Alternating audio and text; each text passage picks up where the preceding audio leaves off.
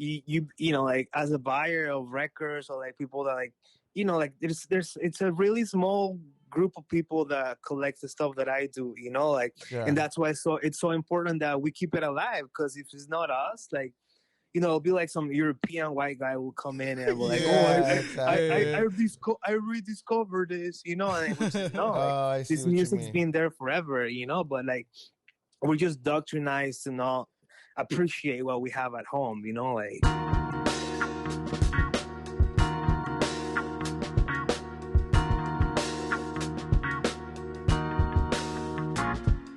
Welcome to a new podcast with parallel discussion with Turkey and Lalo. Yo, what up? Hi Turkey, how you doing Yeah, today? how's it going, man?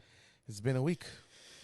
Well, technically, it's been a overnight. It's been a day, you know. Oh man. But to the audience, of course, it's gonna be a week later. Yeah. So, guys, I welcome guys to this podcast again. We have some very special guests coming in today. Okay. Could you kind of give us a briefing? I mentioned this last time on the last episode, and I'm excited to bring him on today. We'll bring him in later, but first of all, I do want to clarify the movie that I was talking about yesterday. Well, last week. It was called The Brave Little Toaster.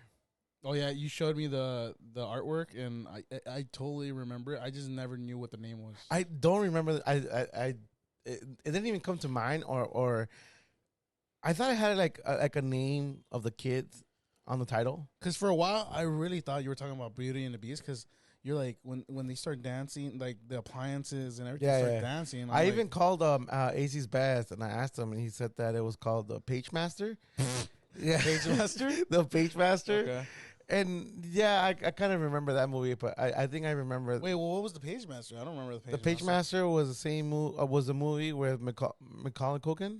Oh, I don't know. No, I don't know. The guy from Home Alone. No, I know. And yeah, and I guess he turns into like an animated kid, and then he has to like. The adventure of the movie is that I don't remember the plot, to be honest, but this is all I remember, that he just becomes What an do you animated. remember right now? Honestly, I'm on one today, guys. I'm on shrooms. Yeah. I'm on coke. Yeah, he's on everything today. Nah, I'm kidding. I don't do any of that. He snorted one before Nah. the podcast. I just got back from a long rehearsal, super long rehearsal, for the show I was mentioning, coming up October 8th. I gotta say something about being in a group that has so many members, and it has everybody has to play their part. If not, you showed up, and then you're pretty much those 3-4 hours that you show up for are a waste. So I do want to give props to like those musicians that kind of have to learn, who are just joining a band, or even then, like, who are just being called up to come play a show for a night or whatever, and they have to learn a set list within the amount of days. We're playing about maybe 22 songs. Hopefully it shortens down to 19 again, because we were at 19. I was probably like at 22 or maybe 21. Damn. Do you think at one point it's going to get up to like 50 or something? Okay, so we were at 19, and we added about 3 songs today. Hey, do you think the set list is so long because they really don't play that much, or do they play a lot? Are they active? No, so they're kind of doing more of bringing back songs from the first album that they never really played. So they kind of want they really want to make this a special show. Okay. Like I've mentioned on the last episode, where on this we're gonna have our own beer. Okay. Did I mention it? Yeah, you did. Yeah, so we're gonna have our own beer. It's gonna be named after the band. Well, it's not your own beer; it's their beer, but they're gonna put your band's our own beer. Hey, don't take it away, okay? Don't take it away. I mean, you guys had no process in the creativity. Yes, we are. Beer. We're having. Did you guys we're playing. taste the hops? Oh, I taste all the hops, baby. Yeah. All right. Yeah. How's your night been? How was your night? I went to sleep like around 5 a.m. You did not go to sleep. I was editing the podcast Shut all night, and then fuck uploading takes a long ass time. Yeah. And there I was, slaving away. Slaving away. Does that? Something tells me I should censor the slaving part. Like, so when you start hearing slaving, you're going to get all these beeps and shit. You know? Nah, that's not happening. I don't know. It's weird because YouTube is like, they're, I don't want to say banning, but they're on one too. Like, they're really like starting to censor like a lot of the videos just because they have like, I guess they call them like trigger words. So there's like certain things you want to avoid saying on a video because their algorithm is weird. Even like that word it's engraved in history to teach. You know what I me? Like, whoa, what do you mean? Wait, hold on. No. I'm not saying go teach slavery or whatever. Whoa. I'm not saying that. I'm saying that when you're in school, the word pops up in textbooks. Yeah. It's not like something you could avoid. It's a word that's going to pop up in textbooks, right? I mean, yeah, it is. It's a word, you know, like in the end. But like the way you said it, nah, it's fine. I mean, the way you interpret it probably is the worst way. That's not what I meant. I think the more we talk about this word, the words for this podcast, you know. I'm just playing. It's just a word, you know. But what I'm saying is that there's certain words on YouTube that YouTube's whatever goes through these videos, whatever scans these videos, it's like a word that I guess is embedded into their algorithm not to kind of block, you know, not making it easier for us to get out there a little bit more. Well, I mean, like the whole COVID-19, and you know, it's not just that; it's a lot more. I mean, obviously, it goes into more complicated words. I mean, I want to say complicated, but more what do you call them? Words that are being like removed from society that we don't want to use. You know, and that's another thing. The dictionary is changing so much, you know, because the slang is always changing. I wonder if I've not read a dictionary in years. I wonder what's new in the dictionary. There's a lot of new slang in there. Yeah, like. But has there always been slang? I mean, there's always been slang. In the dictionary? No, in history, like general. Yeah, of course. You know what I mean? But what I'm saying, like actual words that people would rather use than the actual word, I think. I honestly think like our language is getting stupider, kind of. You know, it's not that it's getting stupider. So we're not even evolving anymore. It's just like it's getting. If you look at it, from this point of view, is like it's getting easier to use instead of being complex with your wordplay. You know what I mean? Like it's like, why say all this when you could just say this? You know, it's like. It's like when, like the other day, we were talking about this thing is all right, you know. Instead of saying that, it's like we could just say it's mid now, you know. It's fucking mid, you know. So in a way, we're abbreviating our words more. Well, just think about it. If you text, like what would be another way of saying, "Oh, hey, you're mid," like yeah, you're all right. No, okay. Big example. Now when we text each other, we could say a lot just with smiley faces. We don't even need to talk to each other anymore. Like the peach, or the fucking. I don't use that one, or the eggplant. You know, I don't use those. I don't know why you use them for. I mean, I could just be like, "Hey, I want some peaches," and I could really mean I want peaches. Yeah, but people are going to interpret that as exactly. And people get very creative with emojis. They make them all like sexually graphic. Like there's people that like put all these emojis together and just make this weird like. There's an app. I think there's a game where like they combine like different emojis, and then like for example, like they'll put like glasses, and then they'll use the lightning, and it was like Harry Potter. You ever play that game? No. The game very creative. I've never been a Harry Potter fan. You're a wizard, Harry. Yeah, I think I only watched the first movie, and then I never watched the rest. I never even cared for the books either. No? No. You're not a J.K. Rowling fan? No. Is it J.K.? Yeah, J.K. Rowling. Yeah. It's more like a just kidding. Just kidding, Rowling. Yeah. Hey, what's her deal with her? I know she was like in a big. I think she made a comment about homophobic, trans people. Well. Yeah, and I mean, she's old school. You got to look at it that way too. But a lot of people took it back to it because you're creating a book of fantasy. You know, like it's, you know what I mean? Like, you know, it's it's in a way it's a story, right? Like it doesn't make So and then you're over here, but everybody has their own opinions. Like I don't care. Like if you have your own opinion, you have your own opinion. But just think, I think the important message is like just if you really believe in something, you got to stand by it. If you don't stand by it, you're a little bitch like Lalo. Yeah. Why am I always the butt of every joke? Yeah. What's going on? I don't know, dude. I don't know. Something about you. I don't know. Like when I look in your eyes, sometimes I'm like, something about him, dude. It just triggers me, dude. I don't know what it is, dude. We're doing. You're doing this whole roommate and podcasting all wrong. Then you should be. I know. I am so antisocial. I can't have people around me sometimes. It's just like, you know what I mean. It just feels like that. Hey, can I ask you something about being antisocial? Like, is there any part of you that misses a little thing of being like socially active, or you make it sound like you're sex? Like, I don't know, something about the active. Like, okay, well, you know what I mean. No, I know what you mean. I do. There's times where I really want to go out and just have some fun, and then it comes to it, and you're like, but for me, it's draining sometimes. It's like when I go out there, and then I'm like, yeah, I'm having fun, and then out of nowhere, it just switches, and I'm like, I want to go home. You know? Even if it's you're like not even stepping outside your door, and you're like, oh, fuck, I think I should just go back. Yeah, I don't know. It's just a thing. I don't know. I've always been like that. But when I do go out, I like to have fun. What can you tell antisocial people about being kind of more okay with it? Okay with what? Being okay with that being, and because there's people who are antisocial and they feel like they're just like they're like no good to nobody or something like that. Oh, that like what's depression.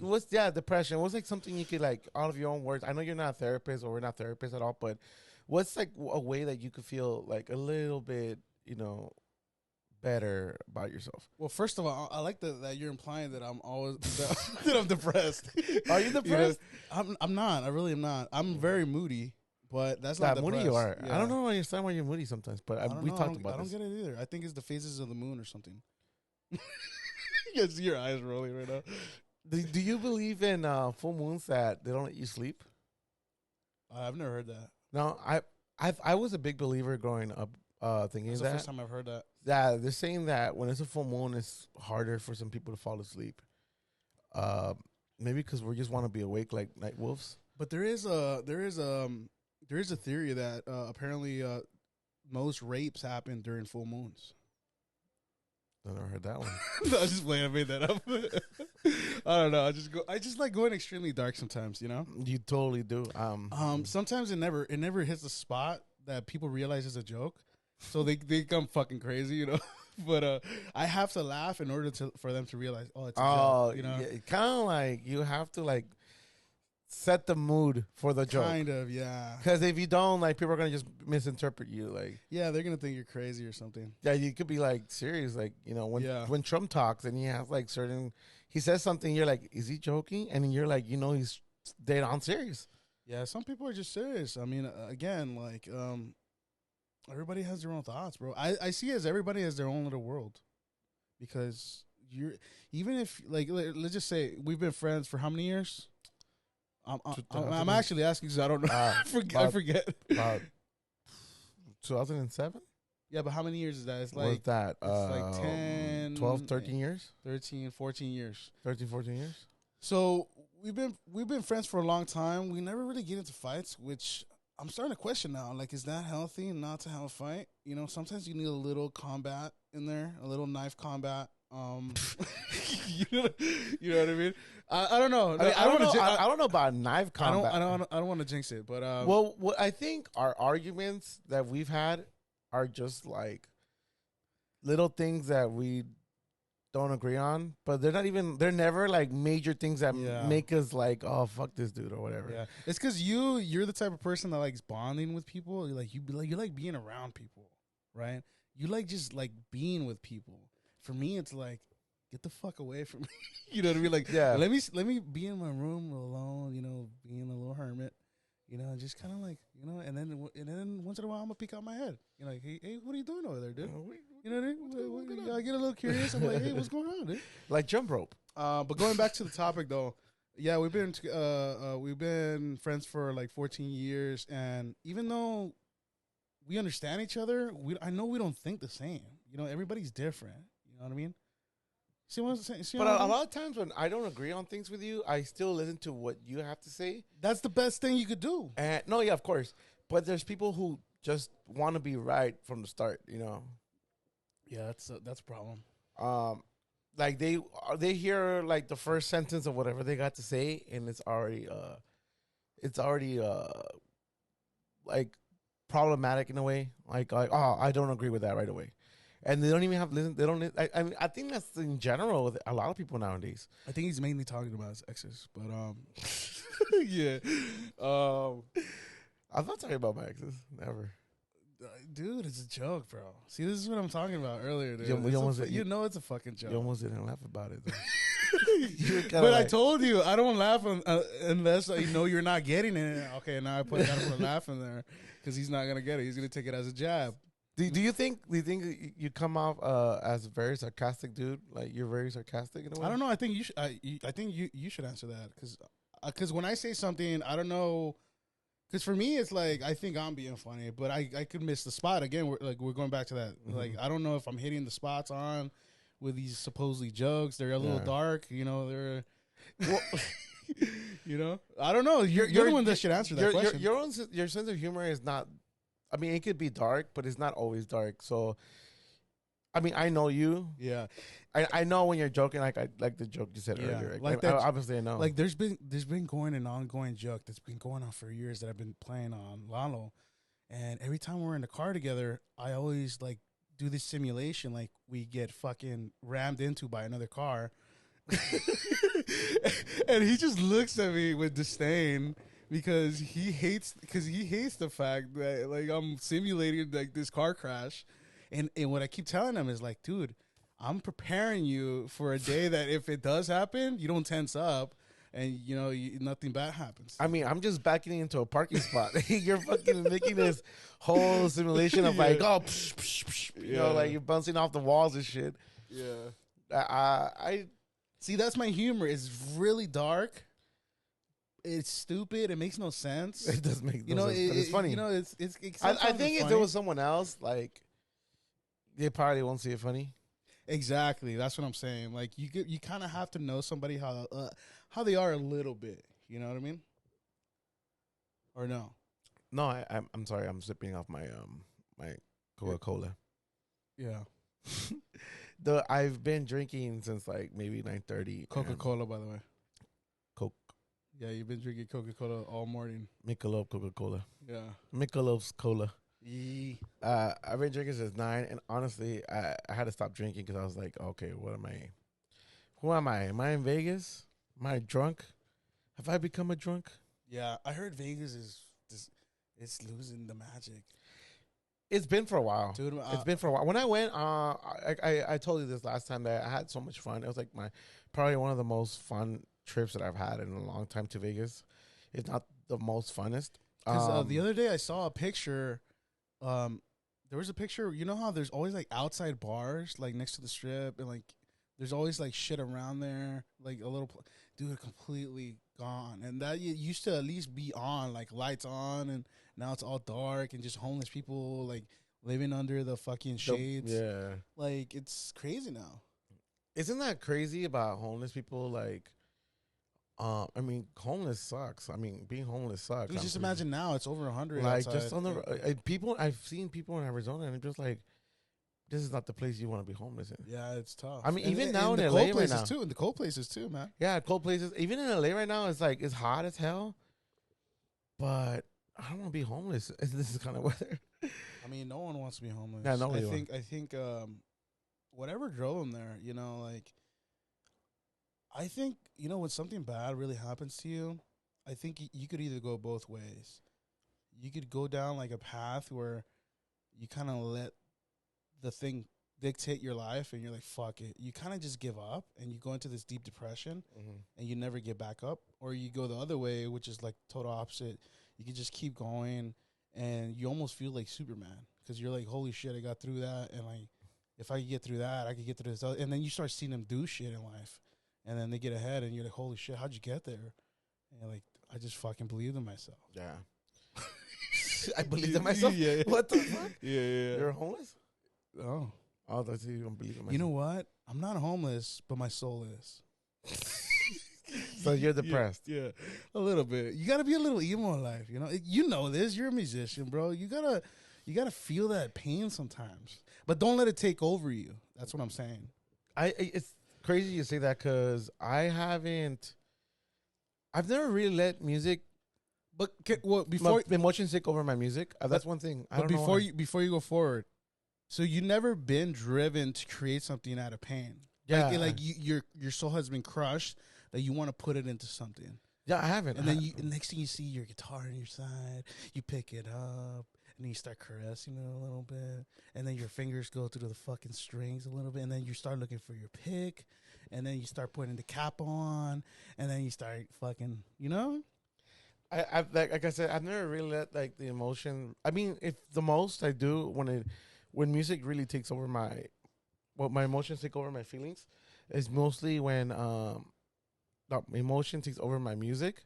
It's mostly when I'm just like, when I'm like, I can relate to a song, or I'm just like in the mode like to cover it. I'll just sing it to myself. Yeah, but that's it. Like, has your emotions ever made you want to make a music about like a certain freeway, like going down a certain county? No? Specific winds through your hair. You know what I mean? That happened. Okay, that song. I'm gonna say it out here. So, there's someone who I truly, truly adore. R.I.P. And I have feelings for. And you know, I did have a song about this person, and it wasn't because I was feeling like anger towards this person, and I did let it take. At one point, I mean, I don't think it took over my whole day, like, to think about the songs. I think it was really fun. But okay, so just right there, you saying that it almost possesses you, right? That whole day, you're just thinking about, I just want to put this into like this melody, like this. I want to make lyrics to it, like, you know, it's almost like making love to it. You know what I mean? Like, yeah, a little passion here, a little passion there. You know. But that's with everything I do. It is, but it never comes out of anger, or it never comes out of yeah. It never comes out of anger. Like, even if I wanted to, like, I always try to do things because I feel like that's what I should be doing. Can I bring up something? I don't think I've ever told you this. Bring it up. Okay. So from the outside, you look like very calm and like very put together, but on the inside, you're a fucking beast, bro. you're a little beast, bro. Like, and that's in everything you do, like your music, your everything, you know. I think I told you go this. hard, bro. I think I think I've told you this plenty of times. I'm very soft-hearted when it comes to, like, you know, certain things. Like, if people, like, someone could do me fucking wrong, dude. Yeah. But I don't feel like I need to. I mean, I might feel a little bit like, oh, fuck this, fuck that, whatever. But I'm never gonna do anything. I don't feel like, you know, like Tom DeLonge said once, don't fight fire with fire, you know, or, you know. Like he said, like, let's spread love. I mean, let's spread love like violence, you know, like shit like that. That's kind of one thing that I kind of do. That's a dope ass lyric. I'm not gonna lie. That's one of the dopest lyrics I've ever heard. That's one of the fucking, like, that's fucking legendary, bro. That's fucking cool. Yeah, I the first time I heard that song, I was like, damn, this guy knows how to write like actual lyrics. You know? It's crazy. It's like insane. when he wants to. Again, he's one of those musicians where I feel like he's always known he could get by with things. Like, I'm not saying he didn't work hard to get where he's at. I'm just saying, like, with his, like, most of the Blink songs, you could tell, like, it's not that they're lazy. It's just I feel like they know they're talented, that they could come up with anything. You know what I mean? On the spot. You know, like, so when they actually put their thoughts and like their motives into their music, you could tell, you could see it, man. You know what I mean? The way that he writes music is not as okay. I'm just gonna compare him because we were talking about this on the last episode. Like the way with Tom DeLonge, he's more straightforward. Yeah. Where the way what he wants to be saying on his lyrics, And he's very likable because he's very blunt. yeah, and he's very you know, and like, also he has like a lot of like inner. he's very confident too. Yeah, Like, he's confident. yeah, as he's a fuck. confident dude.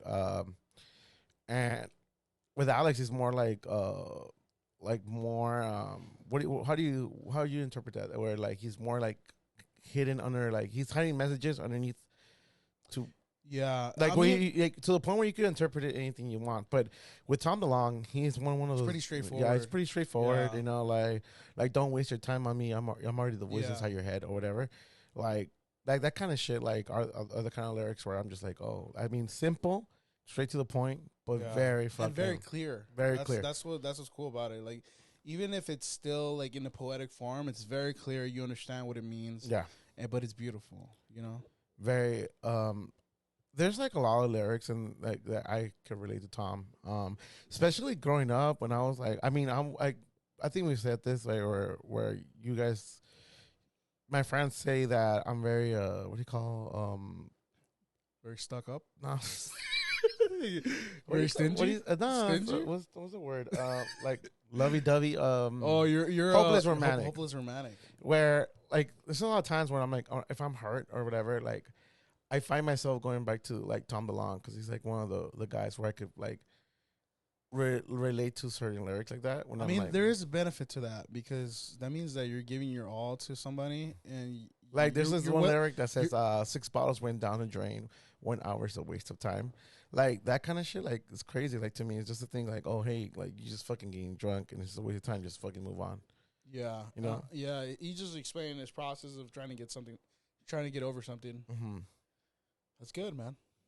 But that's just how I think about music. But yeah, like I mentioned, I don't really like find anger within myself to write about anything. Like it's hard for me to do that. Like if I wanted to, like it just has to be off an idea. And one thing I've been wanting to do is like really base a lyric off a movie. Like watch a movie that I really love. What's one of your favorite movies right now, or what's one of the movies that you keep going back to that you like? Not the one with Arctic monkeys. No, not Submarine. I love Submarine. Yeah, But even that movie is like really hey, you dark. know what's funny about that movie? Like, this is like way back in the beginning of Netflix. This is before you even knew about Arctic monkeys. Oh, it was the IT crowd? I saw no, I saw that movie before. Oh yeah, you told me before about I it. knew Yeah. Arctic monkeys. Yeah, I didn't know anything about them or like. But when I saw it, I didn't realize it was that one later. I was like, Talking oh, shit. about that, a couple of weeks ago, I went to an LAFC game, and my friend Angel, he took me to the game, and right in, because he has like season seats, so we sat down, and there was a guy in front who looks like Richard O'Doyle. I don't know how to pronounce his name, but he's the black dude with the afro from have you seen End of Watch? End of Watch. Oh, it has been a while. Oh, okay. Well, he also comes out in the IT crowd. I don't remember that movie. Well, he comes out in the IT crowd, and the moment we were walking to his seats, I knew I recognized him. I'm like, and so he's the director for that movie Submarine. Oh wow! And I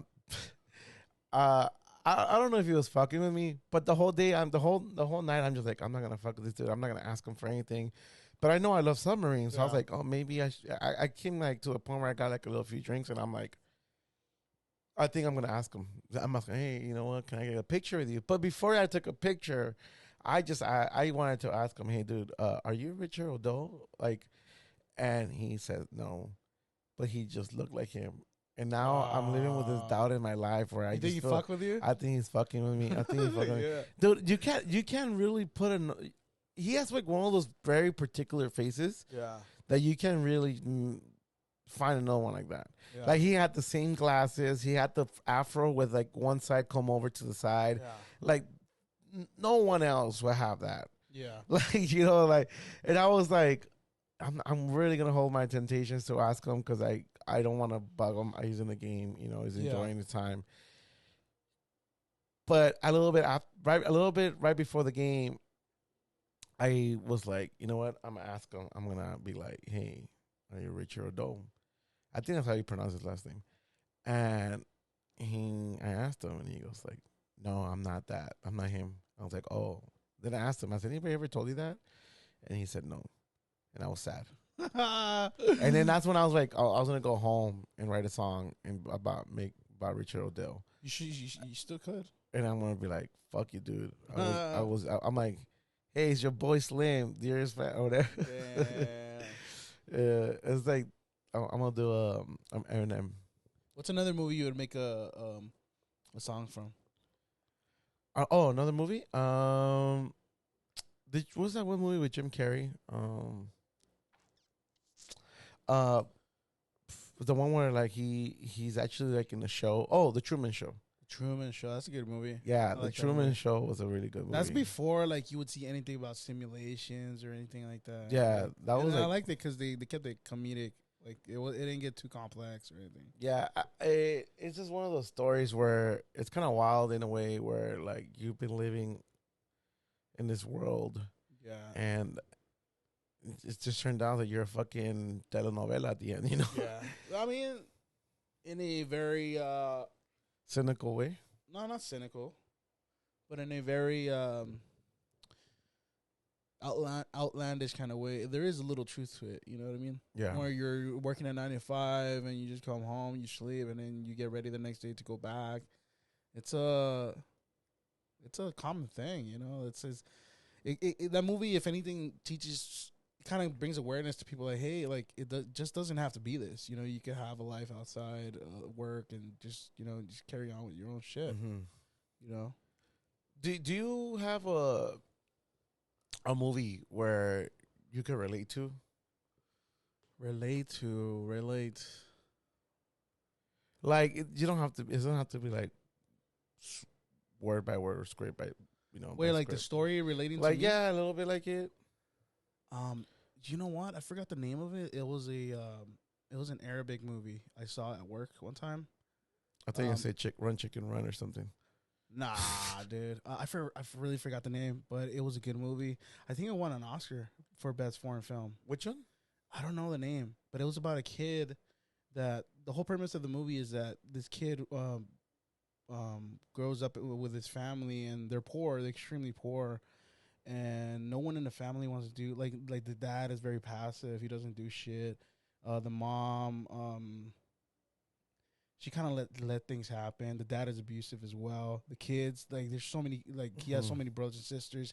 He's essentially looking after them. He's kind of like, it's like one of those stories where the kid kind of like becomes the adult. And by resonating, I don't mean like this is exactly my story. I just mean like, you could kind of see it's like a little bit of you, or the way that what he's going through in a way, like. Yeah, it really just touched me. It was more like, it was a good movie where it's like, damn, like, it was pretty deep. And at the end, what ended up happening is he starts going through all these things because he runs from home and he just doesn't want to be there. He doesn't want to be home. And then at the end, he ends up taking his family to court because he wants to separate himself from the family. He becomes his own adult. Mm-hmm. And then during that court hearing, he tells him, like, why the fuck did you have me why the fuck did you have me just to bring me here to suffer? And like, it got deep, dude. Like, it's a crazy movie. I wish I knew the name. It's fully, like, I think it's Arabic. I don't know what I forget.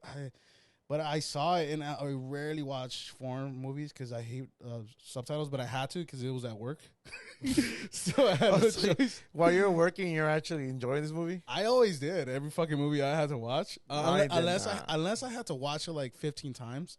But tell the people what were you doing at the time when you were working during these movies? Because people don't even know what you did. Oh no, I was just QCing movies. QCing is quality control. It was a company that I guess other companies pay that company so they could watch your films to see if the movie has any defects, if there's problems with this and that within the movie, and then you just write down the notes and then you just send it back.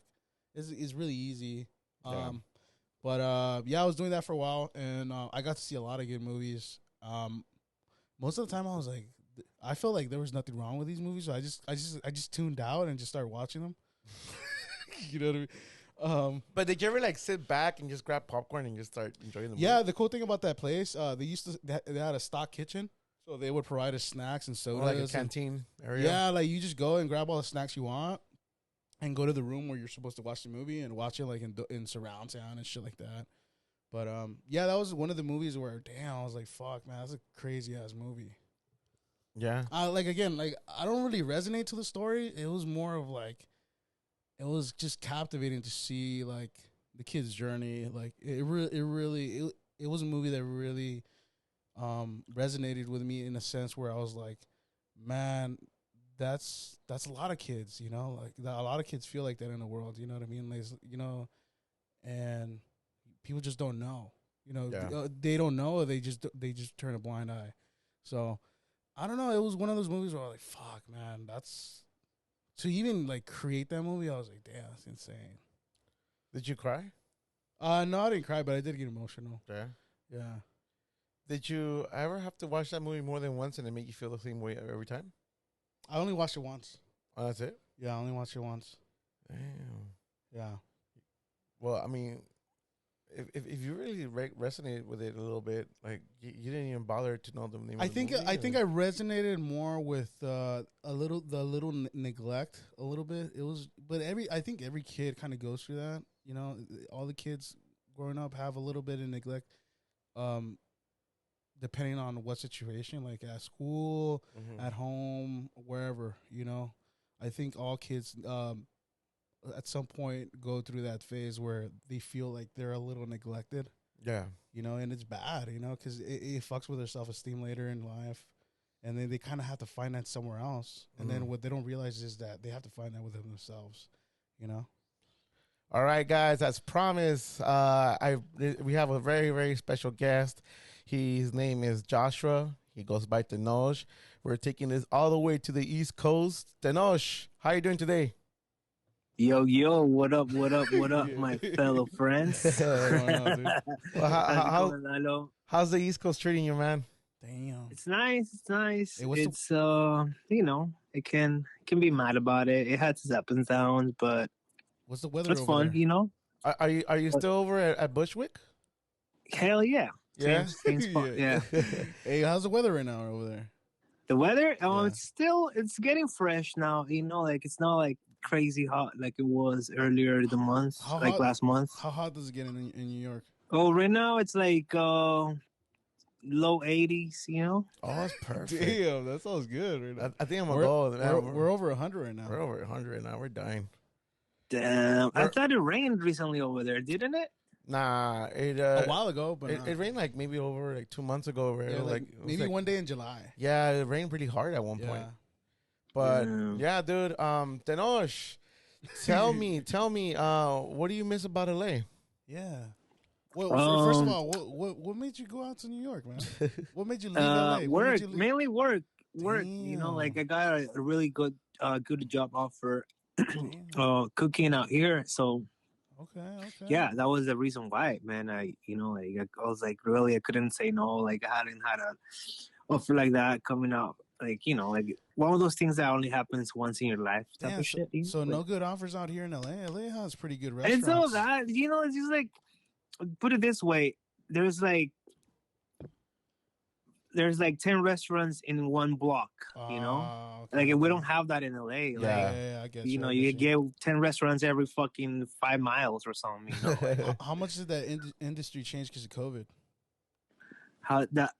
Dude, it's hard. Even still pretty rough, you know, like it's hard getting people, like workers, you know, like either a lot of people like, you know, like pass away or they just don't want to, like, you know, they just don't want to work in an industry that's very like, you know, demanding and then like sort of like slaving, you know, you know, like it's very tiring. You work like 12 hours minimum, you know, like. How much of the people that left came back though? Was it a small percentage or kind of like? No, I would say like a big, like to like, let's say like 40% of the workforce that used to be at restaurants is gone, you know. Wow. Damn, that much?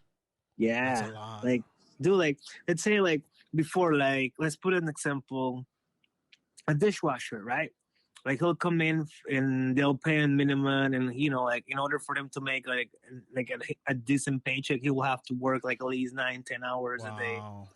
So the same person realized that like I could get a bicycle or like a motorbike and deliver and probably do more than that was making with less of a hassle and still get tipped out. Like they make more Oh, so money like, with these apps and all that. Like, so they're yeah. like, why should I go and like I make that money in 4 hours now instead of like 10 hours. Which is kind of weird because that whole industry like relies on restaurants. Yeah. So it's like all those workers from the restaurants went to the delivery, but now like it's less restaurants now. It's just weird, right? No, yeah, dude, like it got hit like that. A lot of people like just realized they could make money in other ways. So like one of the guys that was working for me now, dude, like him and his Damn. wife, like Okay. they make just fucking tamales on the weekends, dude, and they got Okay. like they make like fucking 2,000 of them, and they just like what they used to do in like in a week worth of work, they only do it in 2 days. Wow. And, like Wait, what exactly do you do? You manage a restaurant, or what do you do? yeah. I oversee a couple spots. Oh, I work damn. for this vegan chef. Nice. I don't want to mention his name because I don't want to give Yeah. like free publicity. No, Like, that's fine. Hey, but Tenoch, what I wanted to ask you, tell us a little bit about yourself. I met you in LA. You're from Pico Union, but tell us a little bit of your background story and how did you get into chefing, to being a chef, and tell us a little bit about that, your starts. well, it's crazy, man. Because I was going to LA Trade Tech at the time before I got into culinary school, and I actually wanted to do filming. Oh Like shit. Nice. I went to Cleveland High School in the Valley, and we had a really good like like production program and all that, and that like it fucking it tickled my pickle back then. And I was like, oh, I wanna do this. Wait, so So, you live close to Lalo, but you guys didn't go to the same high school? No. He was older than no, me. no, I no, I, I, no. I met Oh. Tenoch at a ska show. My Oh. very first ska show Okay. over at the Victoria nightclub, Gotcha. and he was a heavy drunk. Yeah. So I mean, so okay, so you went to the school in the Valley, and then you wanted to go to film Yeah, so I school. wanted to do filming. And the only school that you could transfer from, into like a filming, like a USC that will have a film program was LACC. Oh, okay. So in order to transfer, I needed like like some sort of art. Oh, okay. And then art credits, and like everybody told me, dude, like culinary arts is like the easiest fucking shit you could fucking Yeah. take and like, get credits, like. So I was like, fuck it, I'll do that, So I from LACC I went to Trade Tech, and then yeah, dude, I got really good mentors, like really really great chefs and shit, like. And yeah, they saw something and they told me like, yo, like how will you like, like how have you thought about doing this like, professionally and blah blah blah blah. Damn. And Wait, so then the culinary class you were taking was considered an art form, an art yeah, class?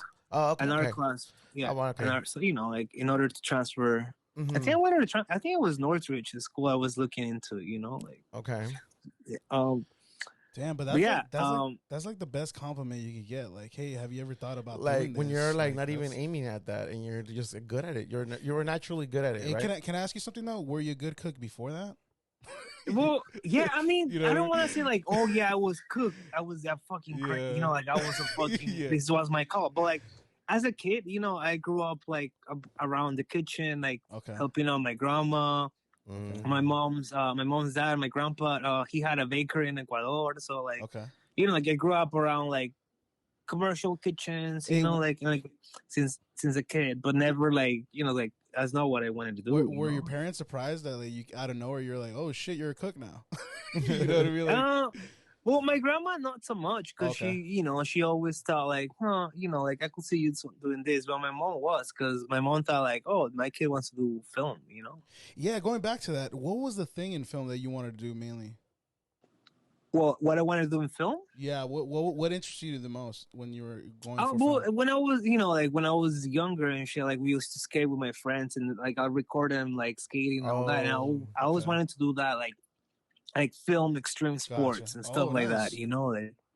Like Cool. throw myself whether the fucking airplane with You like someone else, but it's like the Red shoot, Bull media, right? Like they do all the crazy yeah, stunts. like Yeah. all that, like, and that's what I wanted to do, and Nice. like. hey, when But like there's like that's on that too. Like that industry is like for the 1% only too. It's like who the works or No, who's you're right. Yeah. the pro skater that and like Yeah. it's very niche. It's So there's not a lot. it's a very There's small not a lot of community. brown Yeah. people in it either. There's not a lot of brown people like doing that, and that's why I wanted to do it at a young age. You know what? It's crazy now though, because I think you could do best of both worlds now. Now that you cook, you could also make videos about you cooking, and you know what I mean. Like, Yeah, well, there's like so many people doing that. oh, you think it's overly saturated right now? I mean, you got the Food Network. You have all these. You have you have all big networks doing that now. No, So no, no. it's But just like, you wouldn't want to like start a YouTube channel with you cooking on there and just showing recipes and just kind of get your name out there a little bit more. nah, there's a No? lot of people doing that. Gotcha. No, hey, yeah, there's a lot of people doing that. I kind of like. I like to go against the current. Ah, okay, okay. hey, Tenosh, I wanted to ask you, do you use any of like your grandma's recipes on any of the food that you make, or do you make any recipes for these restaurants that you run now? Yeah, I mean, I usually, whenever I have an idea or something like, I try to fusion like the food that I make. And often whenever it's like, oh, I want to make like a sauce or something that's like that I know that my grandma makes it well or great, like Mm-hmm. I always go and like ask for references or ask my grandma like, what if I add this or what am I doing wrong? Like, and she'll Mm-hmm. be like, oh, add this instead, take that off, do it like this, and And does she want like a little percentage off the back end? nah, Yeah, she just just does playing. it because of love. Is there like a dish that you like is very complex for you to still make, or is there something you wish you could like perfect more than like you already do? uh, I will say like my bread making, like I can make you regular like white loaf, but like Mm-hmm. when you go into like making sourdoughs and all those type of like those, like it takes, like a lot of practice and a lot of like, errors and stuff like that until you get it, and I wish I could like spend more time, like baking per se, Mm-hmm. like but like it'll come whenever it has to come, like They say that the chefs are the worst critics, or like Yeah. for your own food. Is that really true, or do you like a lot of things that you do? 50-50, like I'm very harsh on myself about it, Mm-hmm. like I'm always trying to thrive like for perfection, like and that's very impossible, like you Yeah. cannot, you can be really fucking good, but like perfect, like yeah, it's like I still haven't met a chef that's perfect, like or work for one that thinks it's perfect, Yeah. Hey, so oh, sorry about that.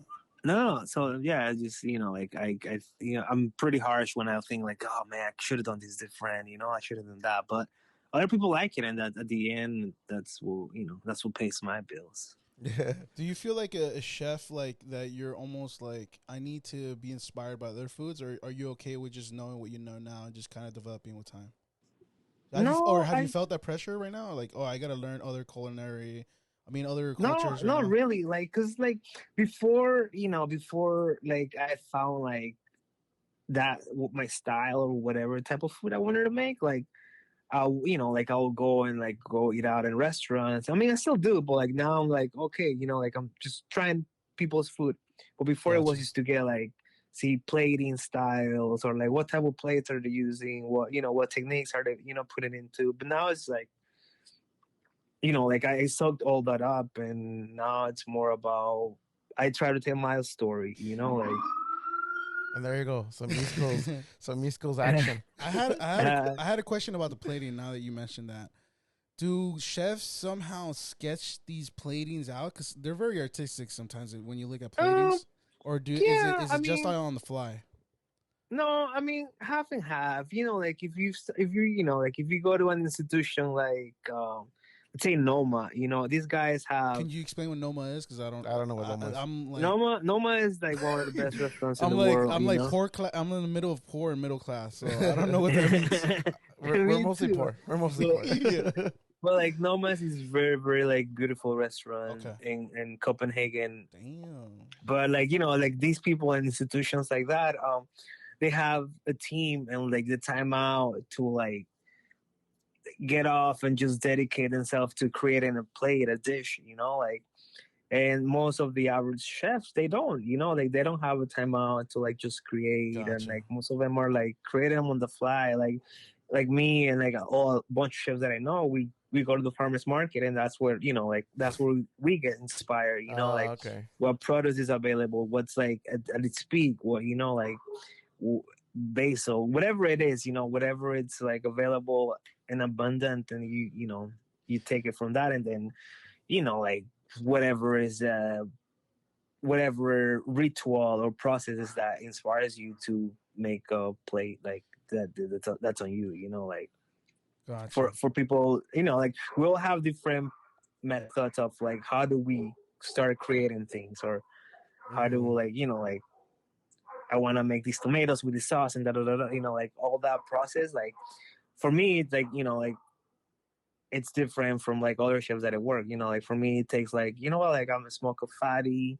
and then go to the market, Yeah. pick up some stuff. You Yeah. know, like, and then, you know, like put thought in. You know, like it's like Yeah, yeah. you know, like since you're rolling, since you're breaking out your wheat, you're like, all right, like this is what you know, like these colors, and then you start scheming all that, and then you get to the market and you see the vegetables, and you know, like it just kind of visually speaks to you, and then, you know, and you take it up notch. You take it back to the kitchen, and then you're like, all right, like what if I burn it instead of like, you know, instead of like grilling it, like I want to burn it and Oh, I see see. what the flavor of the caramelization and the burn, you know, like it just, you just go on, you know, from it. But like, but for, you know, like that process of creating is completely different for everybody else, you know, like.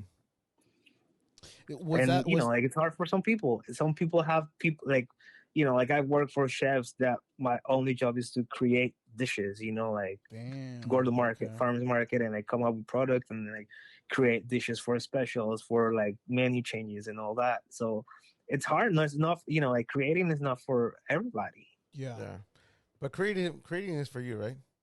I fucking love creating things, you know. Turkey had a question for Yeah, you. I had a question that is always lingering in my mind about culinary food. Is like, why are the portions so small? You know, like, you know what I mean? Like, I get the design, and I get it. I get the aesthetic to it. But what if you really go in there like really hungry, and you just give me like some like the Well, smallest so like portion? it's not like most of these food, like, you know, when you talk about portion sizes and all that, like when we get into like, you know, like Is it as more? tiny Is it portions, more for or the like, taste? Like you're going there just to like taste it out, or yeah, so like it's like wine taste. like It's like wine tasting. It's like you're not yeah, going like yeah, well, most of these like these dinners, like they have courses, right? So like there's like a tasting course, so you're not, you know, like you're not gonna get a full steak, but you'll get like 4 ounces of the steak, and then you get, that way you don't get full all at once, and you're able to try like anywhere from 5 to 7 to 14, 22 Oh, courses, you know, like. so you're okay. So I see what you're saying. Like, it's not just one plate. It's gonna be multiple plates throughout the whole So series. Yeah, yeah, so absolutely. it's like Like like a that 3-course meal. most places will have like a 3 course menu, you know. So you get Gotcha. like an entree, a couple apps, and then your dessert. Oh, okay. So it's always like, you know, like you know, like tasting bites and stuff like that. Gotcha. You know? Gotcha. And okay, so you're a man of many, many, many traits. Actually, one more question. I'm so sorry to cut you off. Go. No, it's because I've never talked to a chef before. You never talked to a chef? I've never complimented a chef or anything. So I this is the first time I feel like I'm ever gonna have have the opportunity to do this. So, as a chef, what is the great, like, what is the best way to cook a steak? The best way to cook steak? Well, Yeah, what's the best? What's it called? I don't know, like medium rare and all that. Yeah, stuff? like what's the Level or yeah. steak. What should you have your steak? What's the best way to have a What's steak? the best way Your to have a steak? temperature, like Yeah. temperature wise and stuff, Well, medium well. What's the best? Well, For this you? is the thing. Like for me, I'll say medium rare. That's what I always get. But Medium like, so rare? when we're Yeah, talking, yeah, Like medium rare. rare? Like, medium rare. no, medium rare. No Damn. rare. Rare is like Yeah, rare is like matte red. Like yeah. Damn. medium rare is like It's like just a little, like a little nice little, just little color on top. That's intense, though. Like a rare yeah. piece of But I meat. mean, it's just like when like when you're trying to eat an animal as raw as possible, you're Wait, trying to like. not an animal. Oh, I mean, just not just any animal, right? Yeah. Just a cow, right? We're talking about No, I cow mean you station. could eat like you could eat your fish raw. You could Uh-huh. eat things like that. Like shrimp, like which like like there are certain things that you could eat raw and like medium rare and stuff like that. But yeah, most of the time we're trying to like eat it like as its natural flavor possible. As like Oh, like I see for what you like for mean. like for like Oriental culture, like people like Asian culture, like for them like they usually have like they just kill it right away, and for that like Damn. that freshness, that like for them that means freshness, like, Oh, but Yeah. isn't there people who kind of age steak? Yeah, yeah, the you could drying. You're age talking steak, about you drying, could no? age too, Yeah, like yeah, but I mean, like does fungus. aging it make it taste better, or just different taste, or what's the It difference? just it brings out like all these other flavors like that you will never think that will be and like let's say it's steak if you're aging steak, like uh Are you vegan now, or do you still eat meat? no, I know I'm not a vegan at all, Oh, you're man. not vegan. Oh, okay. He That's because I know you just work works for. for a vegan Yeah. company, bro. Okay. Come on. Okay. Yeah, like I work. That's how I pay the bills, but like no, Hey, you man. remember? Remember you took me to and over there in Bushwick. Bushwick, you took me to like to go eat some quesadillas. Or I Yeah. forgot, dude, that place was bomb, bro. I forgot. O regalo, It was regalo de a frutilla. yeah, it was like some fruit or something. Like it. Well, it's like a deli, but you could, like, It was like Mexican, right? And it had like yeah, some. yeah. It was like a flower or some sort of calabaza that quesadilla we had. It Oh was yeah, flor de calabaza, yeah. yeah, it was something, dude, but it was really bomb. Dude, I can't wait to go back, man. I can't wait to go back to New York and Man, yeah, I can't wait for you to come out here, Hey, man. yeah, how long have you been out there? 6 years going to 7. Damn. yeah. Damn, so it's been that long already, huh? Yeah. Hey, so yeah, I mean, like I said, you're a man of many traits, and I kind of want to know, how you're a DJ. You can say that, right? Or what would you call it? Yeah. So you're No, like more than DJ, like I consider myself like a record collector, there you like go. I collect record and shit, And like how is that vinyls are expensive as they are. And for you play a lot of like soul, right? Am I wrong? You like collecting like a lot of roll, soul, blues, yeah, like Latin soul and a Latin little bit soul. of a yeah. And how is that intrigue? How do you collect all these vinyls? How do you know what you're going for? Because you find a lot of stuff that's like I've never heard in my life. And I think you played a show here in LA a couple years back, maybe about 3 years ago or so, and you were playing a lot of like songs that were in English and Spanish. Like for example, the Turtles. You were playing Turtles, and you were playing "Wouldn't It Be Nice," but like in Spanish and shit like that. Yeah. Like how do you find these records, and tell me a little bit about your whole collection process, how that happened. Well, I like my most like I come from a family like my uncles, my grandparents, like they had a record player at home, so like they bought records and growing, like I grew up about like like when I was 5, 6 years old, like I knew how to like put a record on the turntable because my grandma would be like, oh, flip the Damn. side, Yeah, like yeah. and like so I come from a family that like that record thing was always like this is family time. We're gonna enjoy this record together, and like we're gonna listen it together or clean the house and shit like that, right? Yeah. Yeah. So like I always had this so much respect for vinyl since a kid, Yeah. and like as I grew older, I started like like listening to punk and other shit like that, and there like I started buying those records, like You forgot ska, bro. You didn't mention ska. yeah, Damn. yeah. Well, like there's not a lot of, like the ska, but me buying ska records came like way later, Yeah, but yeah, like when I started buying records, like it was just like like No Effects, Anti Flag, yeah. like like Discharge, like a lot of punks, like like Okay. a lot of punk at my early ages, and like graduated high school, had like a nice little decent collection. But like like $5 records that you go and buy at a punk show or whatever, Mm-hmm. like I'm not talking about like Well, vinyl wasn't big at that time, so like not only people were not releasing vinyls, vinyls just got popular again. But your collection is like very vintage, super vintage, and I don't think those are very cheap when you come across those, are they? no, I do like there's shit, man. Like And you're living in and I think you're living in one of the best places in the world to find the craziest fucking Latin vinyls that you could find. and actually too, like that's like you're mistakenly there because I mean I find some stuff here like where it's more like Latin Boogaloo and like stuff that Mm-hmm. Fania made, like but like mainly like it's for me like when I've come across like all the rare stuff is like when I take in trips, like I'll go to Costa Rica, I'll go to El Salvador, I'll go to Guatemala, I'll go to Mexico, and I go on, like and go to a mercado and like like start digging, like you walk to like a kiosk or like someone just having like a bunch of records there on the street and you just go and you just go through them and then you look at the labels, you look at the names. I usually take a little like a portable record player to like to see, Oh, to play them. Yeah. yeah, to listen, Really? what I like Nice. what I and that's it, just traveling and yeah, like traveling and getting myself into like really sketchy neighborhoods just for records, Yeah. like because most of the time like do like you bust missions because you were like, oh, there's this mercado but it's in this neighborhood that like You gotta it's watch kind your of back sketch. every 10 seconds. So like Yeah. yeah, like usually like most of the times I go with people that that are from there, like Oh, okay. I wouldn't like like just by myself, like impossible, man, like Mm.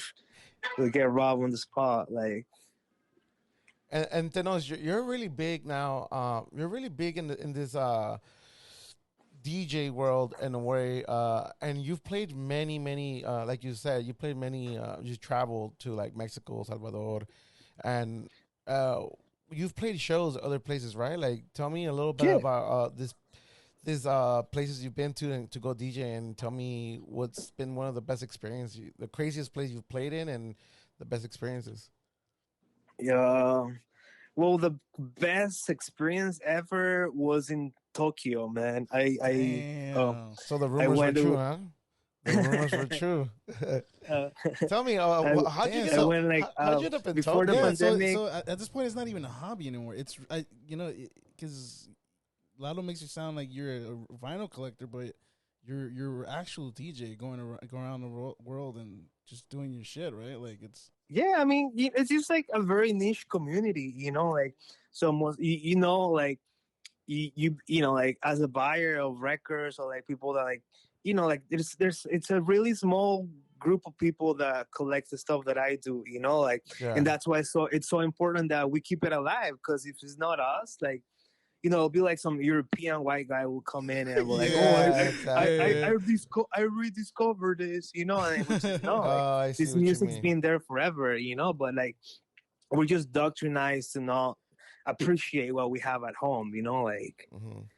So um tell me about Tokyo. How that happened and how that worked out for you. Like, well I have a friend, a DJ collector friend out there. His name is Tommy. He has a record label called Far East Records, hmm and he booked me out. He was like, yo, like there's a chance of doing like a couple like Tokyo, Shibuya, and Fiji, couple of cities out there, and will you be down? And like he set up the little tour and I went and played no Latin records, but like I also collect like a little like traditional ska, early yeah. reggae, rock steady and stuff like that. Hmm. So I went and played all that stuff out there, and dude, the Japanese audience, like these guys are They're a different like world, huh? they do everything, every subculture that you think it is, they do it so nice, well, man. Like nice. so well, like so much knowledge. People know about music. They'll, like everybody, they throw a show and everybody comes out and supports, and it's not trying to get in for free. And like I saw that, like you don't really see like in American countries and shit like that. Like other DJ crews coming out, like people, like people is very like supportive. Especially if someone from outside the island comes in. And yeah, man, they party hardy, like,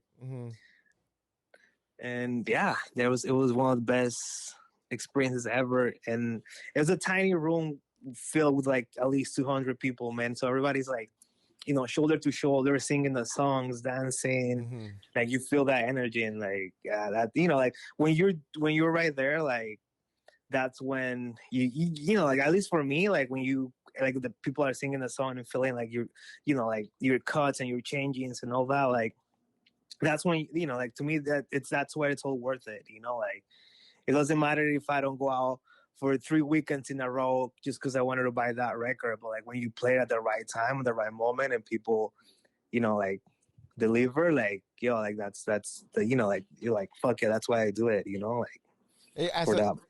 as a DJ, like when you're playing all these songs and do you already have in mind of what's coming next, or do you just vibe it out, or do you just vibe the No, crowd? I just vibe it out, dude. Like I always try to read people, like that. To me, like I could have a set of mind, or there are certain records that are like, oh, I know I want to play these records through the night, but like at the end of the day, like I just vibe out the people and like, all right, this is your time to shine. This is your time to shine. Like and play this record and that record. And do you ever do you ever like have like a set list for your, like, just to start off with, or?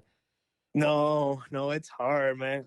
Usually I just, I was like, let's say like, let's for an example, tonight I have a gig. I was like, oh, I want to play some cumbia, and then like, all right, I'll take like a couple cumbia records, and I'm gonna play some punk or some new wave, and like, mix it all up. But then it's just like, I always pray like, fuck, I hope I did the right selection, like.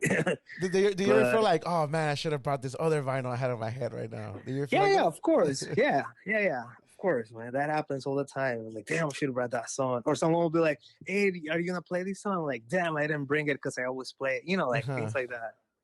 Man, yeah. And in New York, I know you do Noche Romantica, right? Yeah. And Noche Romantica started off over there where in Bushwick, or is that something? No. So like Noche started in San Francisco with both like two of the homies started it out there. Jose Trujillo and Jose Arguin. Okay. And then Jose Arguin moved to LA, and then we met up. And then we partnered up, and then we started doing it over there.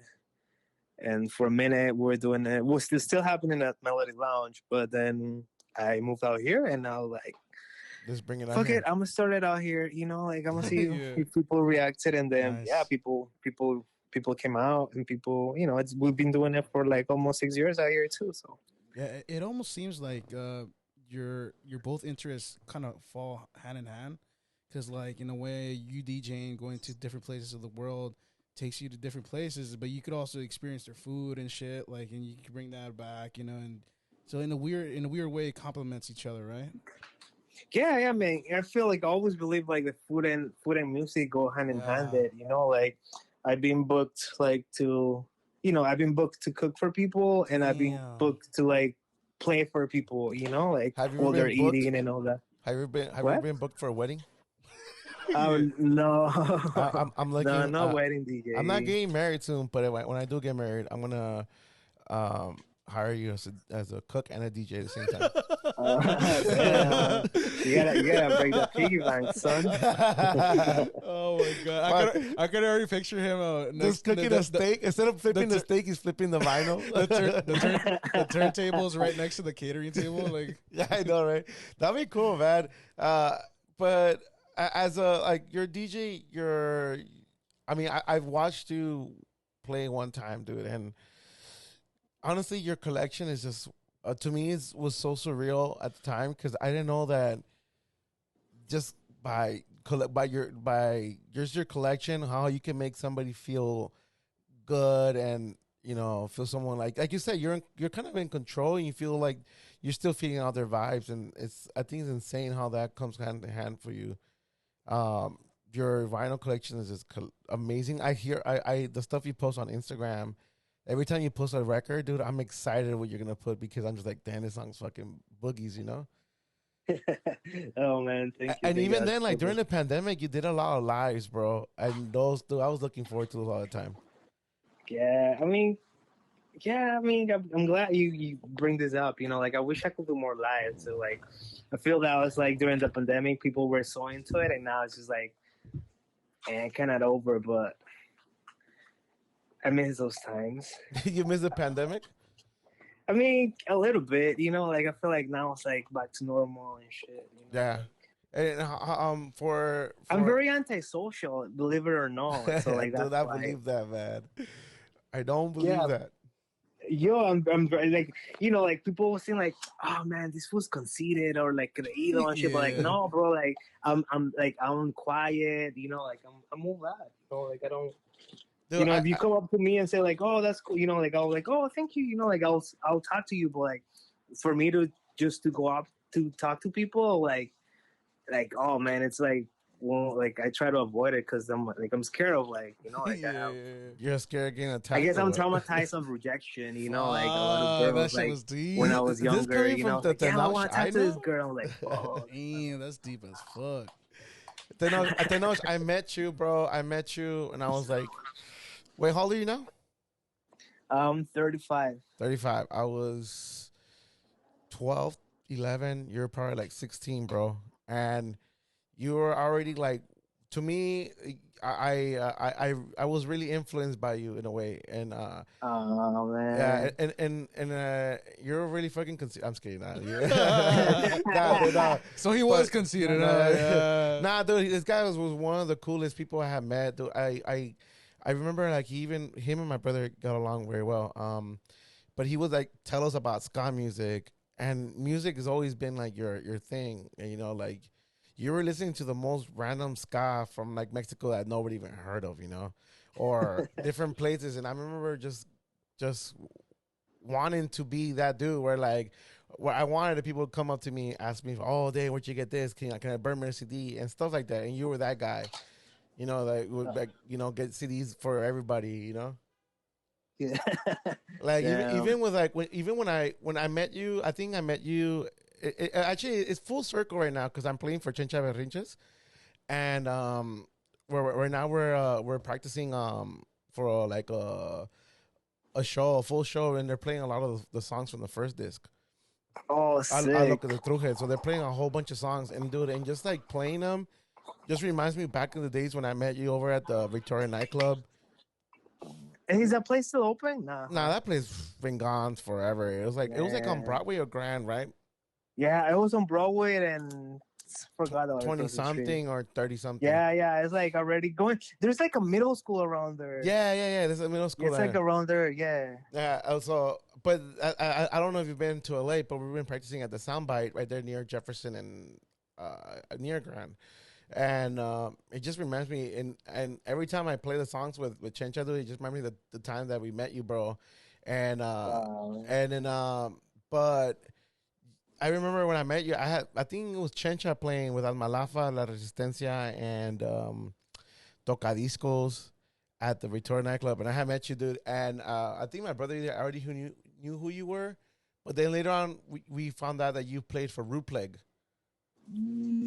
and that's what kind of like when our friendship got a little stronger. And I had brought this up with Los Malditos were here last time. I was mentioning before the podcast that they came on to the podcast, and I was telling Jose, I was reminding Jose that when we used to be all in his van, and that one time you farted on the lighter, and that shit. Yo, I have a picture somewhere in my house, like of that day, dude. Yeah. And I have a picture of you with the lighter on your butt, dude. Oh man, Dude, it's funny that you mentioned that right now, bro. Dude. I have proof of that day. I still have proof. I'll send them to you. Oh man, please do, man. Man, those are fucking good days, man. Is there anything you miss from LA? What are you missing in LA? I know you're missing your family. your friends, Yeah, my but fam number one. Fam and friends. Freaking tacos. tacos. Um, There's no tacos over No, there? there's tacos. They're just not as great. I think. yeah, Really? they're not. There's the taco game out here is not. Like Damn. it's not strong, man. Really? Yeah, nah, Interesting. nah, nah. They'll give you tacos with like plantains and stuff like that. Oh, Yeah. oh, right. Because there's a lot of Dominicans out there, right? Or a lot of Cubans, Yeah, or what is it? More there's Dominicans? like a lot. It's everybody, dude. Like everybody is out here, Yeah, but there's not like a big like like over there in LA, everybody's like Mexican, Salvi, Guatemalan, and that's it. yeah. Well, I Like over mean, here, dude. Like there's like every fucking country of the world, man. Like Damn. like all Latin America, all Europe, all Asia, they're all here, man. Like so, you got options, but I miss like a really good like a $2 taco from like from the hood and stuff. yeah. Did you have a favorite taco spot out here? Not a favorite spot, but like I'll do like Taco Zone or like the truck on the Flaming Taco. Oh, the flaming Damn. taco. Shout out Flaming Taco. What else? Fucking what's the place on North Broadway? Carnitas Michoacan. Oh, they closed it. They're Damn. closing down, dude. Yeah, No. they're closing down. Apparently, I just heard this like maybe a couple weeks ago. They're closing down. What? Yeah, it's crazy because that Fucking. spot would always be full after a drunk night at a club or at a bar or whatever. Yeah, I do like it's open 24 hours, so like that was my to go spot, man. Like, Yeah, I remember the dude, first time I this went last there. time I went, I didn't know freaking Lucy's on Washington. It's Oh, gone. Oh that shit's yeah, they only gone. have the Dude, the fucking CVS. Yeah. yeah, they have the one Dude, next like, door though. I'm not sure if it's any nah, different. it's not. Dude, like that was like after a show, we'll go eat there. Like Yeah, I that was remember. like Yeah, after a show, mandatory. that was After our playing with Ruplay, like we'll all go. Like, oh yeah, let's go to Lucy's. Like, yeah. Oh man, dude, like is there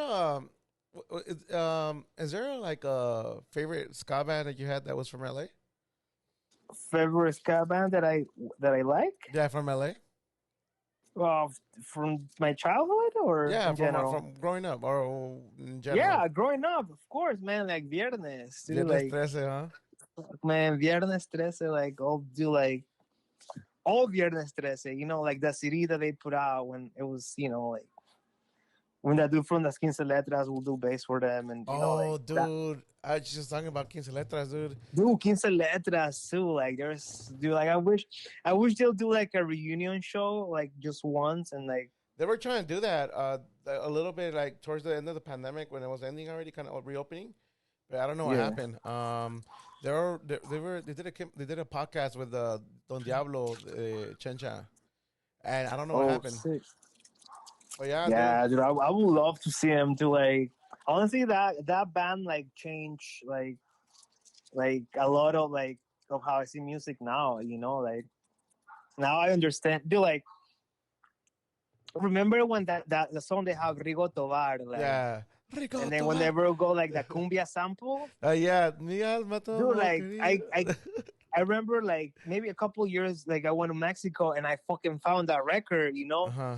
and people like my friend was like, why are you so high? It's like like Rigo Tovar is like one of those like easy like $2 records that you could find sometimes out there, so it's Yeah. like people don't like really pay attention to it, but like Oh, I dude, see. like to me that song like it just like so many memories, dude. Like it's the Allen Theater, it's like being 16, 17, Yeah. like fucking touring South Central, like playing Yeah. 2-3 different shows at night, like Oh, it's all those were the that, good things, like, man. Like you end up playing a backer like in Compton, then somehow you end up like in fucking North Valley area, just fucking playing another show.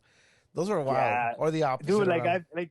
I miss that shit, like like at least those years, like when you really have to worry about like paying bills and anything like that. Just Yeah. like make sure you have like $20, 10 for the beer and all that, and like 10 for gas, and that's it. Like, Hey, what was your go to beer when you couldn't buy any? Mickey's? when I couldn't buy liquor, Yeah. What was your your go-to beer? Like, what would you tell like the bums to buy you? Mickey's, man, all the time. Damn, that Or should taste sometimes like a High Life, you know, like a 211s High Life, but mainly Mickey's. Dude. or Like, damn. Cobras? That should taste like fucking yeah, pennies. 211s, bro. Come on. 211s with No, the still grossest shit reserved, bro. ever. Like the can. Fuck. It was the grossest shit, but I it was like it know. got you I fucked up, know. dude. Should taste Yo, like I don't think when I was way younger, I don't think I could finish 1 to 11, dude. Like damn. You couldn't finish that them? show, nah, that show fucked me up. Like by the Yeah, time, dude. like by the I, time you get to the bottom of it, you're like, I'm fucking buzzed. man, those are good times, man. Everything you brought up is all nostalgic to me, dude, and it's just fucking crazy to talk to you. And I'm glad to bring you on this podcast, bro. No, dude, I'm very happy. Like you just, I took a trip down memory lane right now. So it's Yeah. like that. I Like hopefully when you dude, come like back, you're like playing. huh? Hopefully when you come back, you're playing another DJ set because I really want to see another DJ set. Dude, yeah, come out. Like, come out whenever, whenever I'm done there, dude, let's kick it. Like, I was telling Jose for the longest too. Like, it's just like hang out, like all of us, dude. Like, Yeah. fucking. I think like you were there. Like last time we went to Marco's house and we made like Lomo and shit. Yeah. That's when we Yeah, like did I was telling Jose, the like, dude, show let's do though. something like that, dude. Like, like Yeah, that's just were good times, dude. kind of awesome. I mean, I think you were kind of cooking too, no? Yeah, I cooked that shit. Yeah, you cooked that day, too. Yeah, I remember you cooked that day. Yeah, that shit came Yeah, out bomb, bro. that I was think, fucking good. I I'm not think, gonna lie. no, Turkey didn't go. I thought Turkey didn't go, huh? No. Nah, Turkey, yeah, didn't go. He always misses. Every time I invited him, he doesn't want to go anywhere. lies. Yeah. But yeah, dude. I mean, either hopefully I go out there and see you play, or we go, I mean, do it again. Like I remember you even like let me stay at your pad last time with my homies, and I really appreciate all that shit, dude.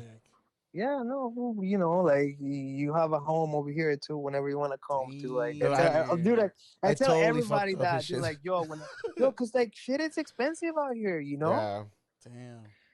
So hell I yeah. tell everyone, like, yeah, too, like, I have, like, I don't have a big place or anything, but you can crash here, like, shower, like, like, Just get in, get out.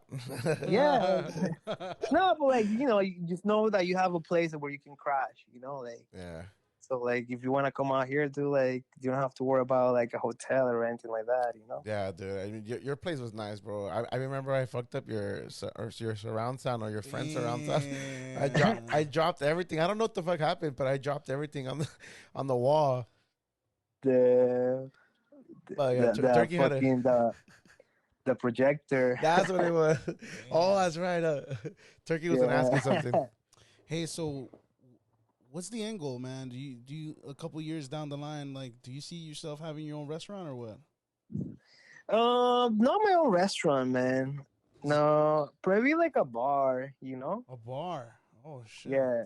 Okay. Yeah, it's like it's easier. Like even though licensing, it's a little bit hard. Okay. But like once you get it, dude, like it's easy to make the money back or like whatever you invest on it. Like. Yeah. So a restaurant is far from that. You're like, nah, I'm good. A little bit. I don't know, man. It's hard for me to tell you right now, because what if someone's like, yo, like I want to drop this money, open up a restaurant, like I'll do it in a heartbeat. I just don't want to front it from, I just don't have the money to front it. Or like, Gotcha, be like, gotcha, all right, gotcha. I'm gonna save up to open one. Like, nah, I can't do that. But if you do open it, what would you what would be it centered around? What culture of food, or would you? Oh, Latin, 100% Latin, man.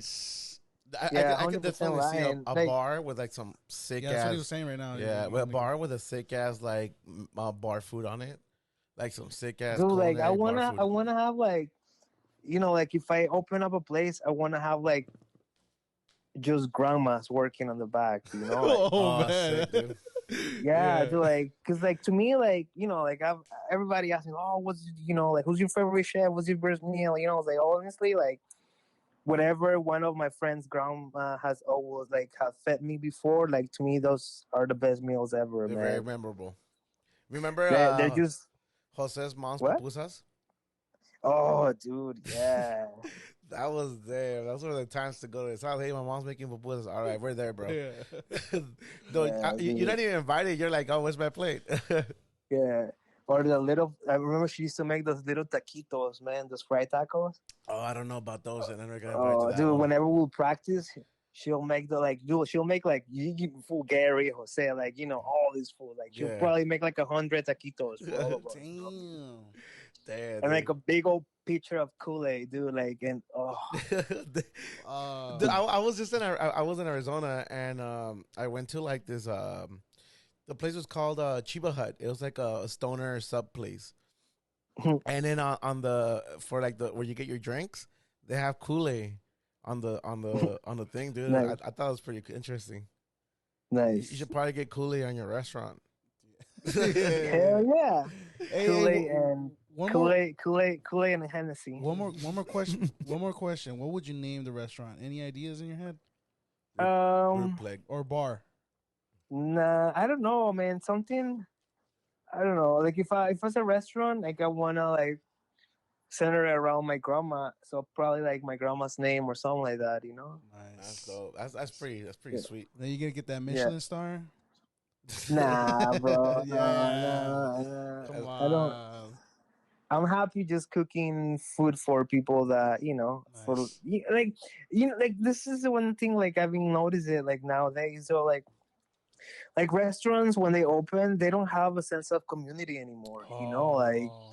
there's no like it's just a business now, but like they don't look. Like they're like Lalo. You've been to Gus's, right? Like on Third Street and Yeah, the shit, one like I by did by. Belmont. Yeah, I've been to it. Yeah, like that guy too. Like he's been doing like he has a sense of community. Though like his Yeah. community like comes back.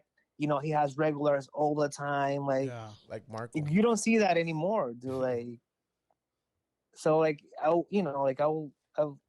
want to do something like that. Nice. Some sort of like program for kids after school or Nice. like make donate. Like donate spray cans, donate like art shit. Like You know, donate in spray that cans to these kids. yeah, do like that's what like kids need more art, kids need more music, kids need more of that stuff, like They should get rid of the tablets for sure. That's one thing. hell yeah, dude, like Unless you're have using it classes for art. outside, like go to Yeah. nature and shit, like they don't we like high school is so completely different from when I used to go to high school now, Yeah, so like damn, you guys don't have that, you guys don't have that, I like, know. No, I now feel it's like like they're you guys making have the that. kids dumber, like Yeah, no, that's a lot of truth to that. Now the big question: L.A. yeah. or New York? Damn. I'm Damn. gonna make people really. Like I want to say, like I will say LA 100%, dude. Like, but because my family and all that, Yeah. but New York has it, huh? New York has, it's the different hustle, a different. Dude, it's like you never sleep out here. There's always something going on. There's Yeah. always Yeah. some Lalo's eyes. cool stuff happening. And you're like, shit Lalo's, in LA closes at fucking 1:30 in the morning. Yeah. Like No, they close at 4, right? in LA. No. he's Here talking they close about at 1:30, 2 o'clock. But Yeah, I'm that's talking what I'm about saying. In New York, LA, yeah. like over here, like dude, like I've been places that you walked out of there like at 8 in the morning. Dude. Like, Damn. Ah, man, that shit's fucking wild. I love New York, dude. it's a good party city, like better than Vegas, better than all New Hell York yeah. party city. You Yeah, think? Lalo's thinking of actually moving there. Yeah, man, you should. It's Yeah, a lot of music shit going he on was here, thinking man. about it. Yeah, I mean, maybe one day if I'm not married, like within the next 3 years or 4, I'm going to move. What's Yeah. stopping you right now? I'm not, not that I'm like comfortable. I'm just happy. Like I was just telling Turkey yesterday. I felt like I fell in love again with LA. You know, Nice. like nice. I felt like yeah. I fell Dude, in love. like, Like at one point you get tired. Yeah, 100%, dude. Like, I feel that way too. Like every time I go back, like I'm like, this is what I left. Yeah. But then there's some beauty behind it. You're like, fuck. As soon as you step on the plane, they're like, fuck, I miss that shit so much. Yeah, like I don't want to leave.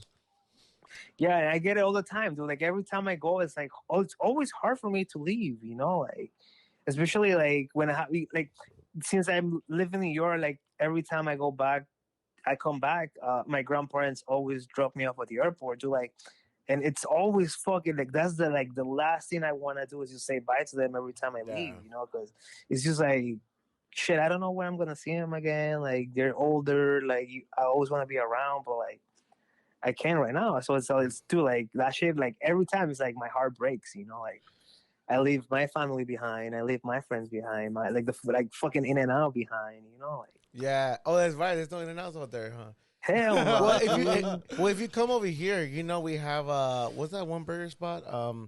Shake Shack. If you want to come over here. They don't have Shake Shack in New Nah. York. No, they do have. I'm Yeah, just they have saying. shit shack out No, here. what I'm saying is Hey, that there's also a spot called McDonald's over here.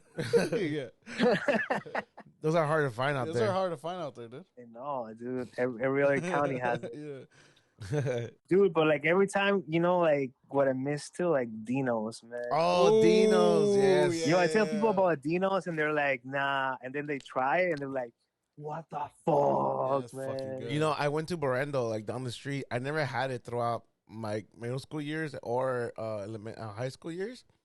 And then one time, my friend took me, like after high school, and bro, I was like, I missed out the whole fucking That's just bomb. 3 years of middle Damn, school. dude. That's just bomb. Yeah, Yeah, so shit like like shit like that makes it hard out here, you know, like. yeah, dude, I feel you. But then we got really good pizza slices and shit like that. Oh you yeah, know? the pizza, man. Hey, favorite pizza in New York for you? What is it? Shit. Cheap pizza, like dollar slice, or like Um, bougie pizza. Both. Uh, Cheap pizza, I would say Norbert's, which is a spot. It's a spot here in Bushwick. It's Okay. really good, you know. Like they're friends of mine. That's why you Like do. bougie pizza. There's this place called Una Pizza Napolitana. Okay. It only opens like 4 days a week, man. But Oh damn, it's like, dude, like there's this pie, dude. It's just like the dough and sauce, no cheese, no nothing. Just just a like sauce. the bread and the sauce. They're like, because the Really? bread is so good, like, and the sauce is so fucking good. Like it's just perfect as it is. You know, you don't need anything else. You're gonna have to take me and figure that one. Figure that one Dude, out. it's fucking delicious too. Like every time I go there, like I eat like 3 pies, man. Like, 3 pies? God damn. well, bro, like you go there, you like like one is like a 12-inch plate. You know, like I could fuck this shit up in the heartbeat. You know. Yeah. So estás flaco y gordo. Yeah, I can't wait because of that. You know? Yeah, man. Well, you got any shows coming up soon? Not until the end of the month. You want to plug them in? Yeah. I'm playing September 20 out here. We're doing the Son Rompepera after party. Oh shit! So it's gonna be at TVI. Mm-hmm. So what's his name? Jesus Gama, one of the marimba players. Yeah. He's gonna be throwing a special record set with us. So it's pretty like I'm looking forward to that. He has a really good cumbia selection I've heard. So yeah, I'm excited to play with him. And then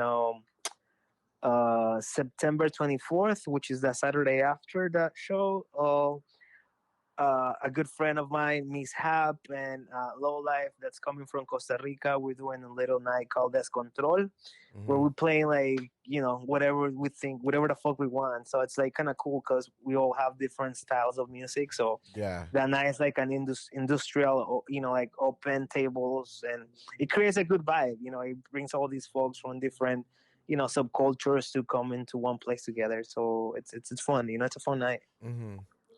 And so only those 2 shows you have going on right now? Yeah, that's only at the end of the month, and it should be fun. Like, I mean, looking forward to them. Like I said, man, you guys always fucking. I wish I could be at one of those, especially with the Rompapera. Like we were just talking about them. Have you got the chance to see them live? I saw them a little bit. They opened up for Panteon not too long ago, and dude, they're fucking wild. Dude, from what I got to see, it was wild. Dude, like their stuff is like like I seen them 2 times, like, and bro, that energy, yes, like their story, like all of it, dude, like it's just like, man, it's just 100% passion, like, yeah, it's wild. And have you heard of Los Malditos or? Jose's band? Yeah. No, no, no. Just like the stuff on IG. Like I haven't really heard like their demo or Yeah, anything they don't like have a that. demo out yet, but I mean, they're fun too. Fucking lagging it, man. We gotta Yeah, get on it, Yeah. man. you gotta listen to that podcast that we did with them. It was Oh, funny. I will, I'm gonna look at. I'll probably listen to it like next week at work or so. Yeah, I'll go through all of them. so we're on Spotify and YouTube. So if you want to listen to it on either one of those, it's fine. Hell yeah, Um, sick. but yeah, and so we can start wrapping this up. You want to plug in your Instagram Oh and yeah. At underscore Tenosh underscore. And yeah, like I'll post there like upcoming events, either like if it's Noche Romantica or Descontrol, or if it's like a pop up, like yeah, follow up, like come out to the hangouts and create community. At the end of the day, to me, is that's the most important thing. Like create a community of people that we're taking spaces up again, and like it's not just it's not just a white or like whitewash bars and It's stuff not the like that, Europe. but It's it's not the actually like Europeans. yeah, especially yeah, there in exactly. Brooklyn, because in It's like Brooklyn, us, like Yeah. to like like I get a lot of people that come out to the night. They're like, "Fuck," it just remind me of like when I went to my sister's quince or something like that. So it's all that, it's all that nostalgia that you create, and then yeah, like like dude, like there's a big immigrant community out here, like and they come out of the nights and they're like, "Fuck, I haven't heard that song like since the '90s or whatever," yeah, like, and it feels good, like to create joy to people that just get here and like they're going for some shady ass time, like adapting to this new lifestyle, and yeah. it's cool to create that joy and like make people smile and have a good time. Yeah, man. Well, definitely. Like I said, I'm gonna book you for my wedding to be a DJ. Yeah. You're either Let's gonna do be a it. Let's DJ do or it. you're gonna be a chef. Just be ready for one of them too. All right, I'll flip that coin then. Nice. Tenosh, thank you for joining us, man. I really appreciate it, Yo, dude. Lalo, no, pleasure to talk to you and like Turkey too, Yeah, it was man. nice Good to meeting you, hear you man. It guys was are nice doing. meeting you. You better, Cause go out tonight and smoke a fatty. Yeah. I just rolled it up. I'm about to like Hey, go out into like one last question. How's that law changed in New York now? Now you can smoke weed without getting busted. Oh, the law changed already? I think it did, right? yeah. I mean, you could have always smoked weed, like. Yeah, yeah. But now like like now if you It's have more some freedom. stuff like they can give you shit. Yeah. Like the cool thing is that now you don't get a ticket. Before they'll give you a Nice. ticket for stupid shit. But Is the yeah, weed people getting better always though? smoke it. Is the weed getting Huh? better over there? Is the weed getting better? It's trash. It's still Really? trash. Man. Yeah. Like once in a while, like your dealer will carry something decent, but like it's usually like Wait. You have a dealer? yeah, All right, dude, I think we should keep this another round. you have to, like there's no dispensaries out here, so you have, you got your weed guy Damn. or That's your wild. weed company. There's like delivery companies that you send a text to a number and they're like someone shows up at your door like 15 minutes later with a suitcase with all these strains and all You that. gotta go to New Jersey for the good stuff. Hey, Nah, dude, like trust me, like it's not. It's like, not that great. Nah, No? bro, Damn. like growing stuff out here is really hard because we don't get like the same sun that California gets and all that stuff. We got the best Like weather, though. I'm not gonna lie. you like honestly, like I travel around the world in a few places and I try the weed everywhere I go. Still to this day, dude, like we are very pampered and lucky to have the weed that we have in California because there's nothing like that. Maybe Amsterdam will have something, like you'll be like, "Ooh, this is good," but like other than that, dude, like nowhere else, dude. Like nowhere else. Like we're like, He moves back here next month. Like, he's like, I said, that's how good. best fatty I'm gonna smoke out here. All right, Tenosh. Well, thank you for taking the call, dude. I will definitely keep in touch, man. When you come back in November, you better come hang out, dude. Yeah. Let's definitely hang out. Let's just have a jam session or something. Like let's let's fucking rent a studio and then we'll kick it there. Down. I'm down. We'll set it up, bro. Alrighty. All right. Let's do it. Let's play some Ruplex and Cabrones. Let's do it, bro. Taking it back. All right, compa. Thank you much, man. Appreciate it. All right, guys. And let me know when you guys air this. This is going to come out next Saturday. All right, sick, and I'll send you all the links and everything so you can have it there for you. Yeah, for sure. All right, va. And All share right, it. man. Share it with your friends. Yeah. Yeah, I'll share it. All right, All right, pues. man. Later. Take care, All right, brother. man. You guys have Love a you, great bro. one. Love you guys. Take care, man. There it goes, Tenosh, and not in the flesh, but right on the chef slash DJ. DJ, Damn, famous chef DJ. That guy's an interesting life, man. He's both a pretty well known DJ and he's a chef. No, I love that guy. The dude. fact that he went out to New York just to work for that, I was like, damn, that's pretty good. Taking one of those risks is like that's a beautiful risk. It's a risk I'm not might not ever take. But you almost took a similar one. I did. Like you wanted to do a drive from New York to Chicago. Oh yeah, but that was. I'm glad I didn't take it. I'm glad I didn't take it.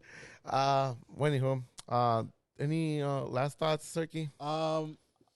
They're giving my boy Leonardo DiCaprio some shit right now because apparently. Oh, because he's been fucking breaking up with everybody who turns 26. Yeah, you know what? We can say that for the next podcast. All right, you guys got it here, folks. You can hear Turkey's gonna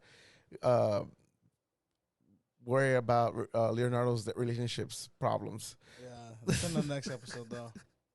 All right, guys. Thank you, everybody, for joining a parallel discussion. You guys can follow us on aparalleldiscussion.pod for Instagram or email us at aparalleldiscussion.ask@gmail.com. Don't forget to like and subscribe on YouTube. Don't forget to follow Tenosh on his Instagram. Oh, yeah. Follow Tenosh. Thank you for... I want to thank again. I want to thank him for coming or you guys for joining us. You guys can't see this, but he's actually tearing up right now. He's in tears right now. Yeah, he decided to turn off his microphone and he decided to cry a little bit. No. Lalo's tearing up right now. Me. Okay. Yeah. Thank you everybody for joining us. Make sure you follow us on also Spotify. So thank you guys. Till next time. Bye.